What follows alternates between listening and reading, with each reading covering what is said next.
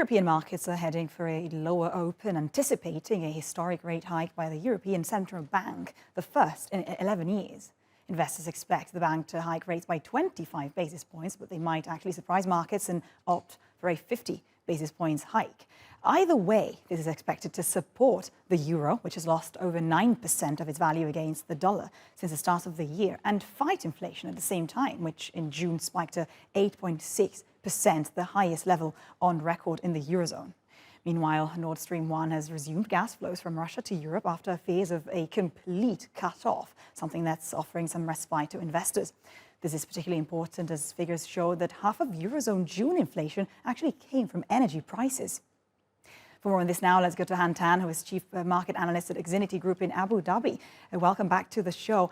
Han, what do you expect from the ECB today? And would a 50 basis points be more effective in fighting inflation, or rather, would it only scare investors? Yeah, I personally expect a 25 basis point hike today, and instead policymakers may let the anti-fragmentation tool, this new crisis management tool that they're working on, let that do the talking to the markets. Now, that also assumes that that new tool can convince markets that the policymakers can indeed contain these fragmentation risks. But, to the second part of your question, yeah, even if there is a 50 basis point hike, it can be effective, but I think it is not or, but and potentially trigger more risk-off moves in European assets. Are they late? Do you think the ECB is actually acting late? It should have acted in June first and not in July and possibly in September again, and essentially be more at pace with other central banks around the world.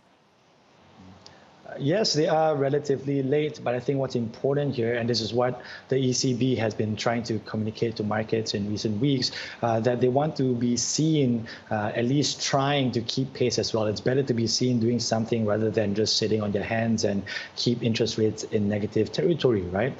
But of course, markets are well aware of the downside risks that come with these rate hikes, be it the recession or the fragmentation risks that I mentioned earlier.